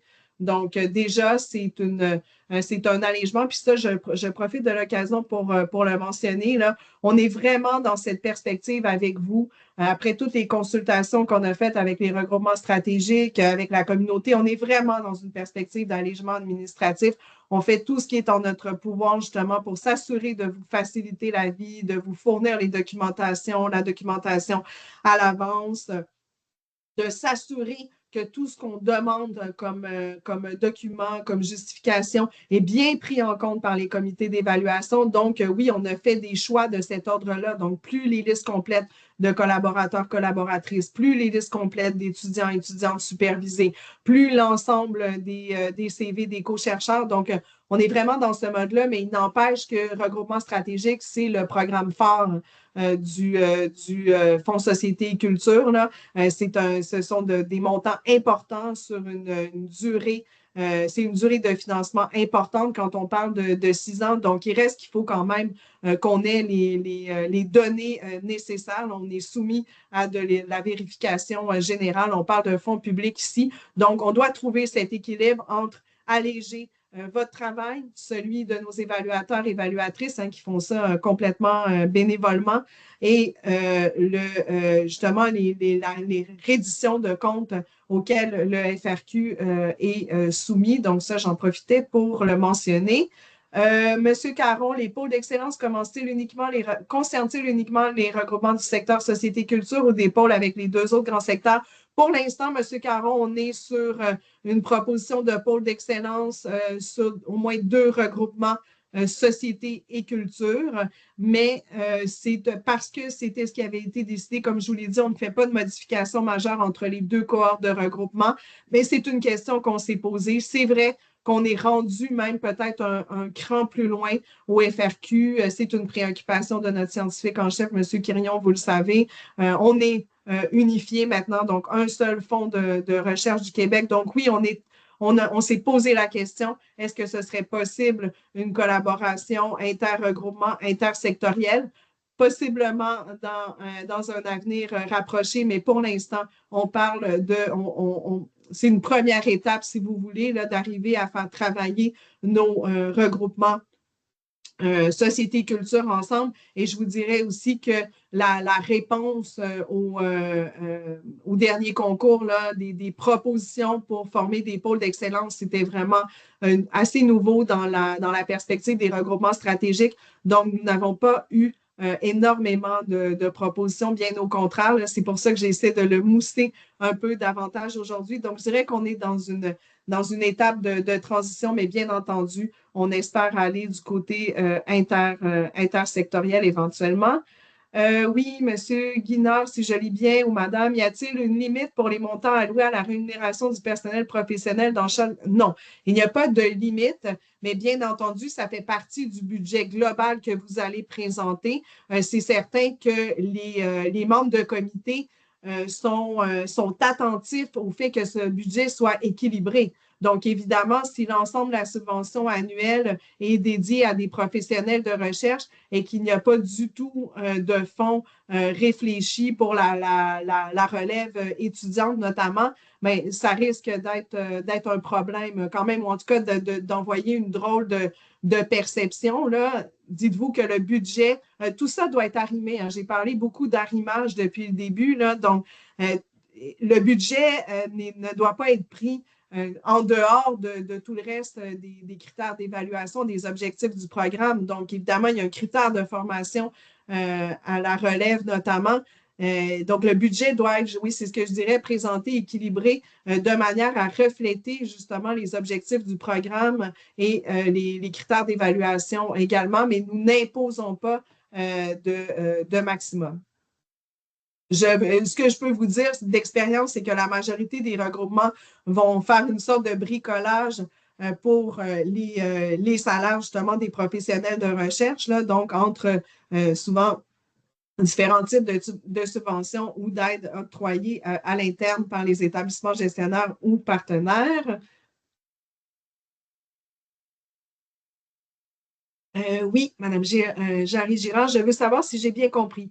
Les professionnels des milieux de pratique peuvent désormais bien être co-chercheurs. Auparavant, ils ne pouvaient être collaborateurs. Ben, ça dépend de quand on parle auparavant, mais ça, c'est lié à la révision des règles générales communes. C'est là que les statuts sont révisés annuellement. Donc, ça fait quelques années que les chercheurs de statut 4, qui correspondent bien sûr aux définitions qui sont dans les règles générales communes, peuvent faire partie de la composition d'une infrastructure, d'une équipe ou d'un regroupement stratégique. Donc, les professionnels, oui, il faut s'assurer, comme je vous dis, de bien aller lire la définition dans les règles générales communes du FRQ pour ce qui concerne les autres statuts en recherche, statut 4, mais ils sont admissibles en tout cas sur le programme regroupement stratégique s'ils et elles répondent à la définition des règles générales communes. M. Asni qui dit merci. Donc, j'en conclus que j'ai bien répondu à la question. Pour les réseaux en renouvellement, dans ce cas, est-ce que le CV de la co-directrice doit être soumis? Non, un seul CV est requis. Un seul CV descriptif est requis, donc celui de la personne qui va agir en tant que chercheur principal, chercheuse principale. Une seule personne, donc, ne peut être déclarée dans le formulaire. Bien entendu, nous sommes au fait qu'il y a des modes de gouvernance, de fonctionnement différents dans nos regroupements, dans les regroupements stratégiques que nous soutenons, que nous finançons. Et le fonds ne s'ingère pas dans ces modes de fonctionnement. C'est à vous de bien les présenter dans la demande, mais aux yeux du fonds, il existe, donc c'est une sorte de ligne d'imputabilité. Donc, il existe un chercheur principal, une chercheuse principale avec un numéro de demande, un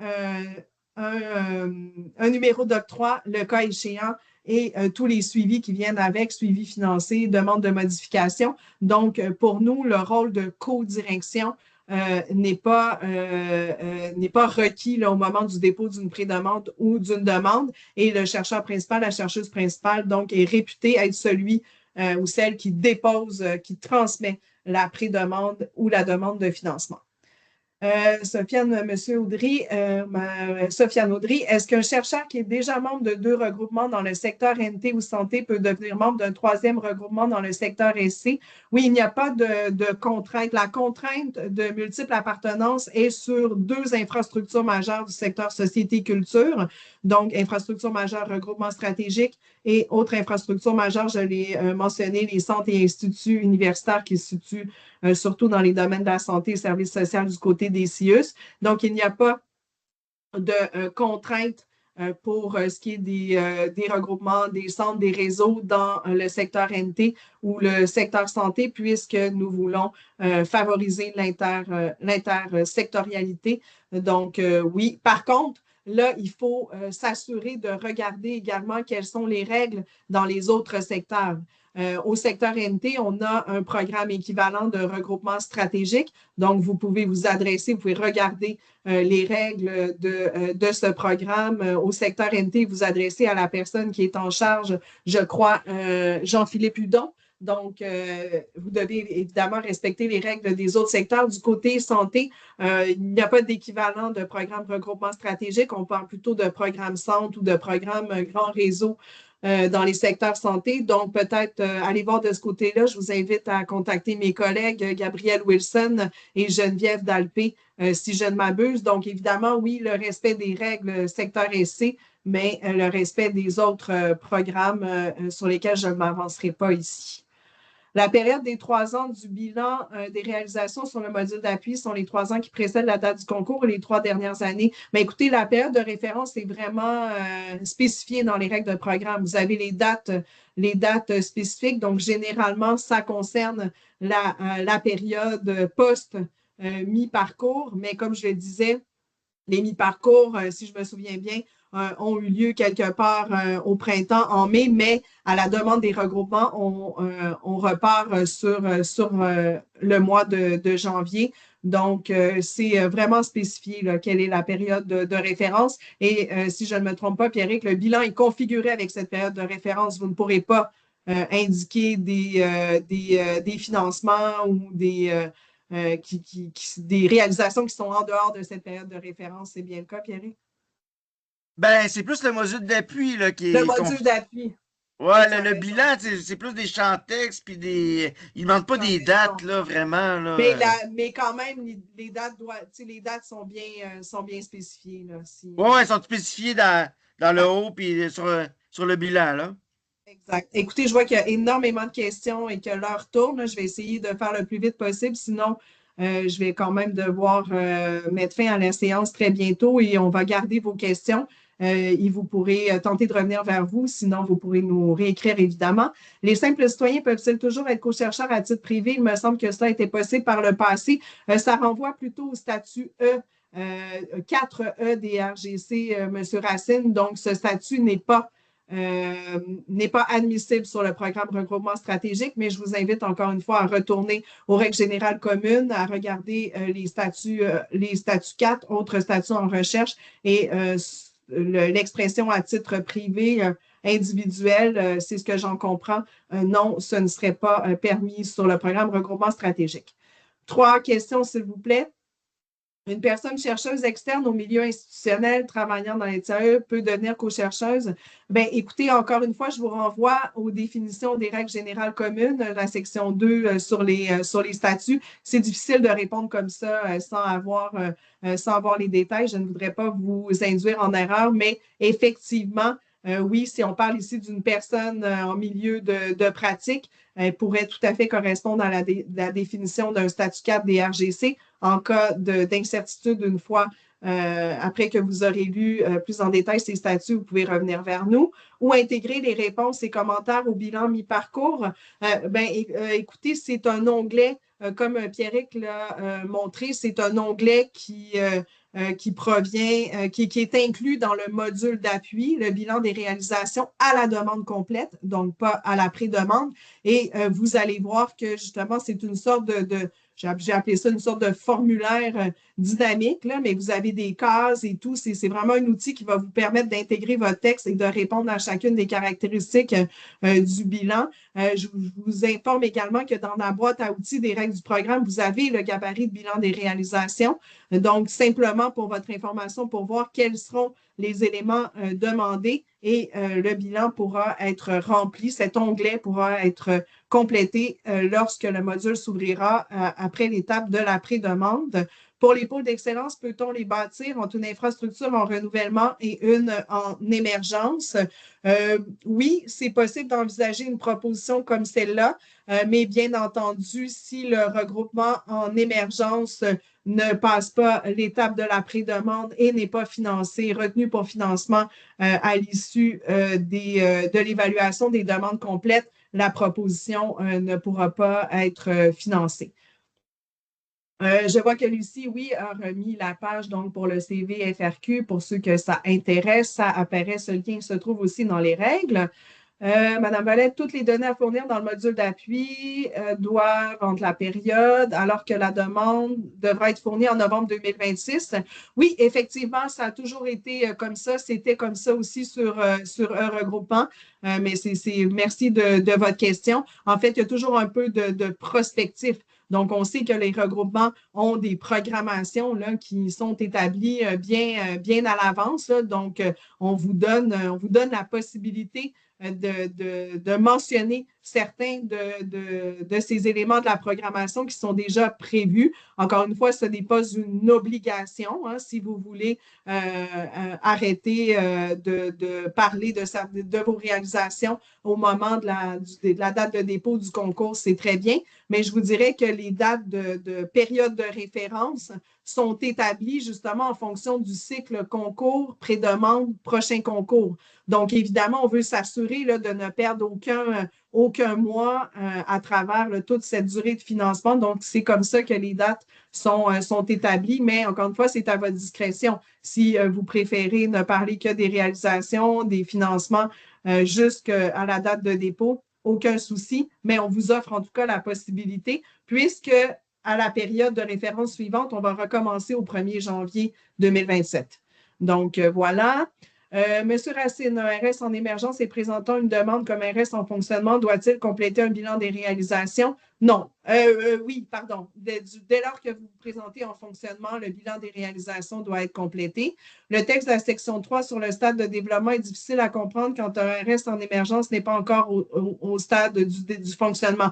Oui, c'est plutôt dans cette perspective-là, Monsieur Racine. Comme je dis, il y a un seul cycle de financement en émergence. Donc, nécessairement, un regroupement stratégique qui a obtenu une première subvention d'émergence va devoir devenir un regroupement en fonctionnement ou pas. Donc, va devoir obtenir la subvention, évidemment. Donc, je comprends que là, on est dans une période de transition d'une certaine façon, mais il faut le penser comme une vision d'avenir, si vous voulez. Donc, la demande qui est déposée vise à devenir un regroupement en fonctionnement puisqu'il n'est pas possible d'avoir un deuxième cycle en émergence.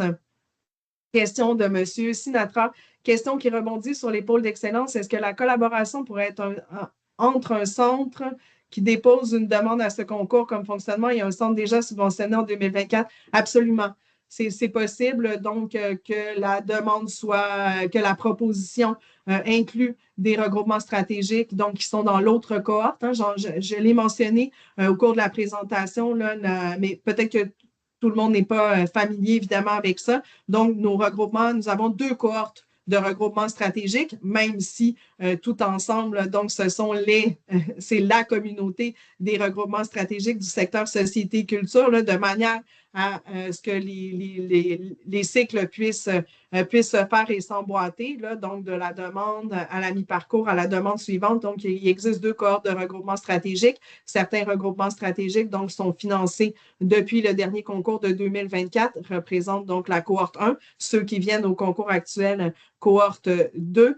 Donc oui, tout à fait, il est possible de faire des propositions compte tenu justement que nous savons si un nouveau regroupement ou si un regroupement qui se présente actuellement veut faire une proposition avec un regroupement de la cohorte 1, nous avons les données pour savoir donc que ce regroupement est financé. Encore une fois, pour que la proposition de pôle d'excellence soit retenue, mais évidemment, les regroupements doivent être tous les deux financés pour obtenir ce montant supplémentaire pour pôle d'excellence. Et je crois que ça ferait le tour de toutes les questions que nous avons reçues dans le fil de discussion. Lucie, est-ce que tu vois des questions qui auraient été laissées en suspens? Non, très bien. Côté. Vous pouvez également, écoutez, je vais vous laisser un petit, disons encore un 4-5 minutes. Vous pouvez bien entendu lever la main et poser une question en direct. Là, je pense qu'on pourra vous donner accès à la caméra sans problème. J'aurais dû le mentionner au tout début de la période de questions. Mais oui, je vois d'ailleurs qu'il y a une main levée, Madame Jarry Girard. Donc, j'imagine que vous pouvez avoir accès à votre micro et à votre caméra. Donc, je vous écoute. Ah oui, bon, bonjour tout le monde. Merci beaucoup pour la présentation. C'était très, très informatif. Dernière question rapide. Nous, on a déjà des collaborations avec d'autres groupements qui sont, par exemple, en génie au niveau nature et technologie. J'ai regardé en ligne pendant que vous parliez, puis j'ai trouvé une liste des regroupements financés, tous secteurs confondus. Mais si le focus doit être mis, par exemple, sur des regroupements en société et culture, est-ce qu'il y a une liste des regroupements financés juste pour société et culture? Absolument, je vais mettre nous avons une page, et c'est un répertoire en fait. Et effectivement, si vous sélectionnez Société, culture, regroupement stratégique, la liste va se raccourcir. Je vais vous envoyer le lien. Je vais mettre le lien dans le fil de discussion. Là, je n'ai pas accès à l'instant, mais je vais le faire. Je ne sais pas, Lucie, si tu as accès de ton côté. De mon côté, ça tourne un tout petit peu. Donc, mais oui, pour répondre à la question, tout à fait, là, dans le répertoire, bon, Lucie le présente à l'écran. Donc, Oui. elle pourra mettre le lien vers la page. Donc, si vous sélectionnez Société, culture, regroupement stratégique, vous allez avoir accès à l'ensemble des regroupements stratégiques qui sont financés, incluant cohorte 1, cohorte 2, dont je viens de parler. Parfait, merci beaucoup. Ça m'a fait plaisir. Lucie a mis le lien. Merci beaucoup, Lucie. Est-ce que quelqu'un d'autre aurait une question à poser dans le fil de discussion? On semble avoir fait le tour, mais encore une fois, vous êtes invité à ouvrir votre caméra, votre son et à prendre la parole si vous le souhaitez. Est-ce que je ne vois pas? Bon, je vois Mme Jarry-Girard, mais nous avons répondu. La main levée. Je ne vois pas d'autres mains levées. Est-ce que de ton côté, Lucie, je fais le tour des pages? Donc, écoutez, je crois que nous avons eu l'occasion de répondre à l'ensemble des questions qui vous sont venues durant cette présentation. Encore une fois, nous sommes toujours présents pour vous guider dans ce processus, pour répondre à vos questions. C'est vraiment notre travail. Et donc, n'hésitez jamais à nous contacter. Peut-être que Lucie, l'adresse se trouve, non, en fait, l'adresse ne se trouve pas dans les règles, mais vous avez à la toute fin des règles de programme une sorte de formulaire qui vous permet de nous envoyer vos questions.